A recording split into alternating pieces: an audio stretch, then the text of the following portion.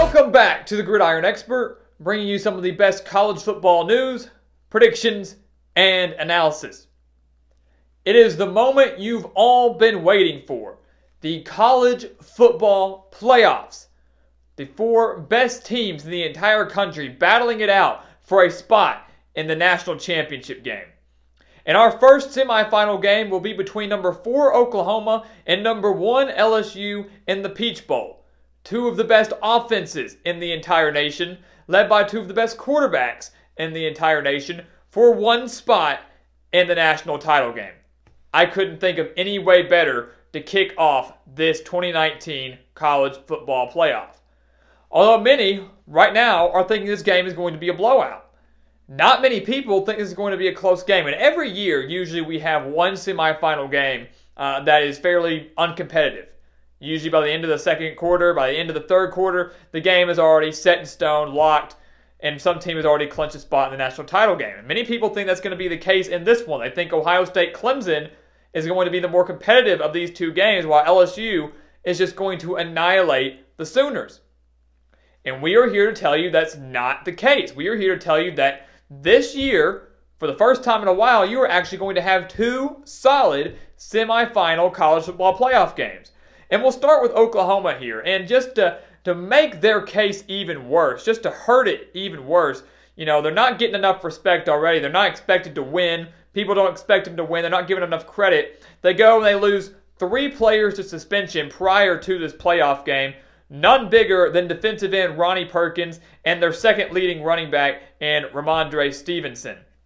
Perkins, to me, at defensive end, is the biggest loss for this Sooners team. 13.5 tackles for a loss, 6 sacks, 38 tackles. He's a consistent pass rusher for the Sooners defensive line, and he's going to be the guy that the Sooners miss the most, more so than Stevenson and some others. So that's a storyline that you want to watch out for in this game. They lose 3 solid players going into their biggest game of the year. You hate to see it.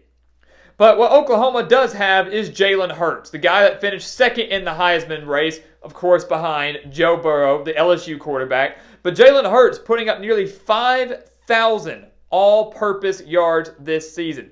50 combined total touchdowns. He's leading an offense that's averaging 43.2 points per game and also averages 554.2 yards per game. Over 550 yards of offense per game. And just to see how evenly those teams are statistically, that's the number for Oklahoma. LSU averages 554.3 yards per game. A tenth of a yard more than Oklahoma when it comes down to yards per game. Now remember, Oklahoma is going to be making their 3rd straight college football playoff appearance. They are 0-3 all-time in the playoff, but they're 3rd straight now under Lincoln Riley, and this will, of course, be their 3rd straight against an SEC opponent, facing off against Georgia 2 years ago, Alabama last year, and now LSU. The Sooners, when you're still looking at their offense here, more balanced than LSU. We know that the Tigers are going to throw the football to Joe Burrow. That's been their bread and butter all year, and you can't blame them because no one's been able to stop Joe Burrow in this passing attack. But what Oklahoma has is an offense that averages over 300 passing yards per game, but also 251.2 rushing yards per game. And they're led by Kennedy Brooks at running back. Jalen Hurts accounting for a lot of those rushing yards. But if they want to go to their running back, Kennedy Brooks will be back for this game after getting hurt in the Big 12 title game. Almost 1,000 yards on the year and 5 touchdowns. So that's a guy you want to watch out for here, especially with Stevenson not playing as that running back number 2. So something to watch out for. Way more balanced than LSU. But when you look at LSU's offense, I mean, can you blame them? Why would you want to be balanced when you're throwing the ball so well? But even though they've been throwing the ball so well, they've had a pretty potent run game, averaging 167.5 rushing yards per game. That number and that statistic and that run threat that made LSU even more dangerous took a major hit. At the time of this video, it is not looking like their running back, CLYDE Edwards-HELAIRE, who has rushed for over 1,200 yards and 16 touchdowns this season, will be playing in this college football playoff semifinal game. He got injured in practice. So more than likely, CLYDE Edwards-HELAIRE will not be playing against Oklahoma for the LSU Tigers. And that's a huge, huge blow for this LSU offense. Yes, they still got Joe Burrow and the elite core of wide receivers, but that running back and that elite running game that's really been something that's been consistent for LSU for many years now is just something that made this offense that much more dangerous. But the Tigers still, without him, are averaging nearly 400 passing yards per game. Burrow has over 4,700 passing yards, 48 touchdowns, 6 interceptions, averages 47.8 points per game, and have scored 35 points or more in all but one game this season, that being a 23-20 victory over Auburn. Burrow won the Heisman Trophy in the biggest landslide in Heisman Trophy history for a reason. He's the best quarterback and the best player in the country. But in this game here against Oklahoma, expect to see some fireworks. Expect to see some points being scored against two solid defenses, but not nearly elite. When you take a look at those numbers here, guys, this game, the major storylines across the board is going to be offense. It's going to be Jalen Hurts versus Joe Burrow. It's going to be CeeDEE Lamb versus Jamar Chase and guys like that on the offensive side of the ball. We got to pay attention to the defense here. Someone's going to have to step up and make a play, force a turnover, get a stop. Someone's going to win this game, and I have a feeling that's going to be someone's defense that really steps up and wins it for their respective team. Oklahoma allowing 24.5 points per game, while LSU doing a little bit better, 21.2 points per game. This is an LSU defense that I don't think gets a lot of attention because of how well their offense has been playing. I think everybody's eyes have been so focused on Joe Burrow and this brand new LSU offense that we haven't seen in over a decade that we kind of forget they had a very solid and underrated defense that down the stretch this season especially has played extremely well. Oklahoma, you know, the biggest question that everybody's going to have, we mentioned it earlier, we'll say it again, can they stop Joe Burrow? And I will say this is something that I don't think a lot of people know. Oklahoma is only allowing 198.5 passing yards per game. So less than 200 passing yards per game. Remember, LSU averaging 386.8. Oklahoma's most yards they've allowed from a quarterback came against Brock Purdy from Iowa State when he threw for 282 yards against the Sooners in a 42-41 win in Norman. So Brock Purdy threw for the most yards against Oklahoma. Outside of that, all the other quarterbacks they faced have thrown for less than 282 yards. So that's extremely impressive. Oklahoma kind of gets this bad rap. In recent years, they've been criticized for how poor their defense has been. But Alex Grinch, a defensive coordinator, has done extremely well with the Sooners that they might, at least at first, slow down Joe Burrow. You cannot stop him. No one will ever stop Joe Burrow, but you can slow him down. Maybe get a couple stops here and there that might allow Oklahoma to jump out to an early lead or to stay in this game until the very end. But that number was something that stuck out to me. The fact that they've played so well against opposing quarterbacks all season long should be some sort of encouragement for the Sooners going up against Joe Burrow and this passing offense. But when you look at it, though, that's the question. Can they stop him? He's throwing to Jamar Chase, the Biletnikoff winner. Goes to the best wide receiver in the entire country. Won it over CeeDEE Lamb at Oklahoma. We'll touch on him in a second. When you look at Joe Burrow, you know, we talked about Brock Purdy throwing for 282 yards, and that's the best performance a quarterback's had against Oklahoma. Joe Burrow's worst performance this season probably was when he threw for 321 yards, 1 touchdown, and 1 interception in that 23-20 win against Auburn, which was the least amount of points that LSU scored all season long. So that was probably Burrow's worst performance this year, and that's not even a bad stat line. Plenty of quarterbacks would love to have that stat line. Plenty of teams would love to see their quarterback throw for over 300 yards and a touchdown in a single game.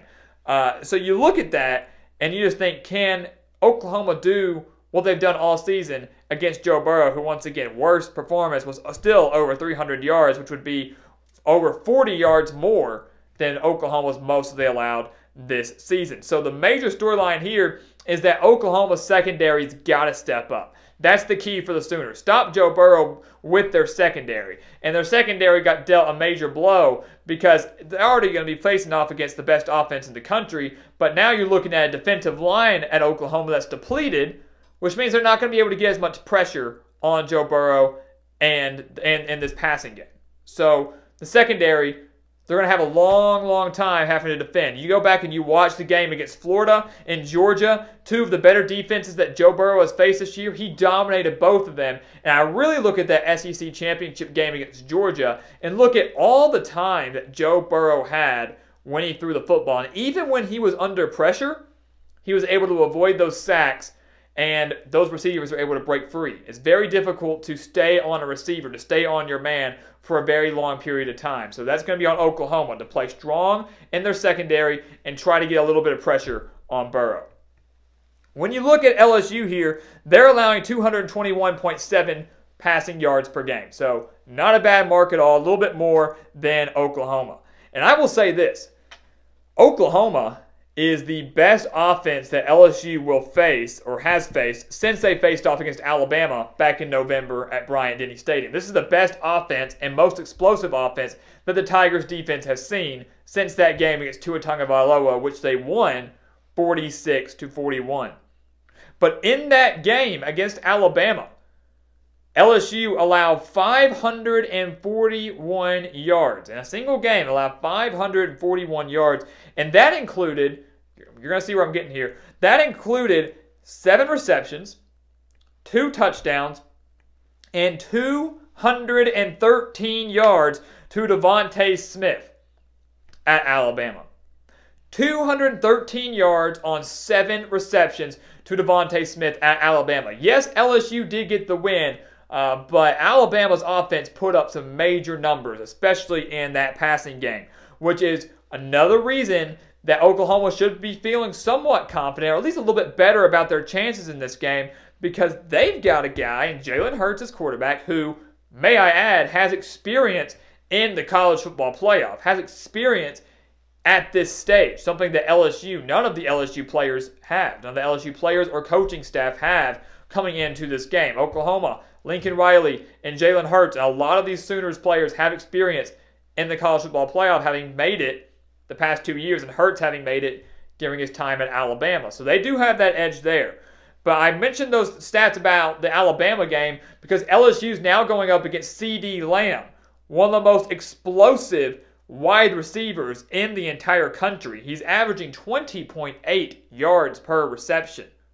So can they shut him down? And more than likely, we're going to see a phenomenal matchup between CeeDee Lamb going up against Derek Stingley, the freshman cornerback for LSU, who has 15 passes broken up this year and 16 interceptions. Keep in mind, this guy's just a freshman.